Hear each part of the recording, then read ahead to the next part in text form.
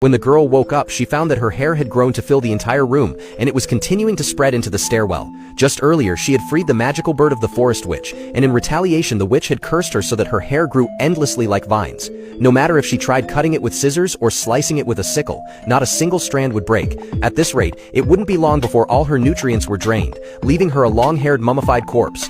At that moment, a magical bird flew over to repay her for saving its life, telling them that deep in the forest lived a woodcutter who possessed a magical axe capable of cutting through anything in the world, including Bella's cursed hair. So they packed their things and prepared to set off.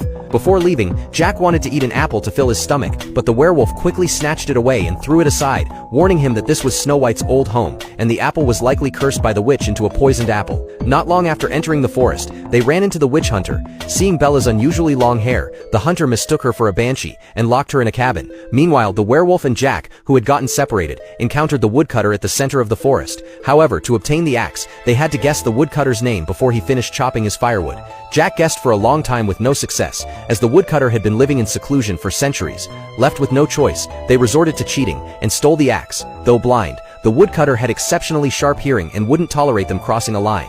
Just as he was about to finish chopping the last of the wood, a magical bird flew over. It found a clue on the woodcutter's hat and whispered it into Jack's ear. At the last second of the countdown, Jack guessed the woodcutter's name correctly.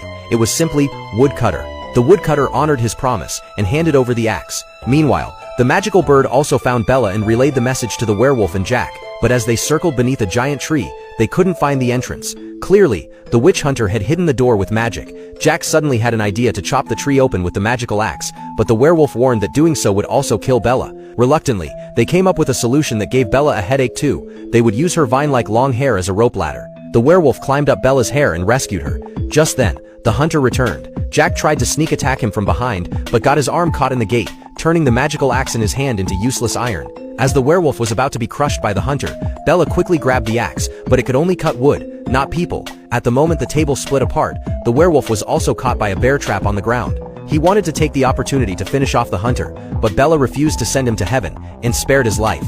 Then Bella used the magical axe to sever the witch's curse. Nearby, they also discovered the gnome monster, who had surprisingly exchanged a mirror for a sheep.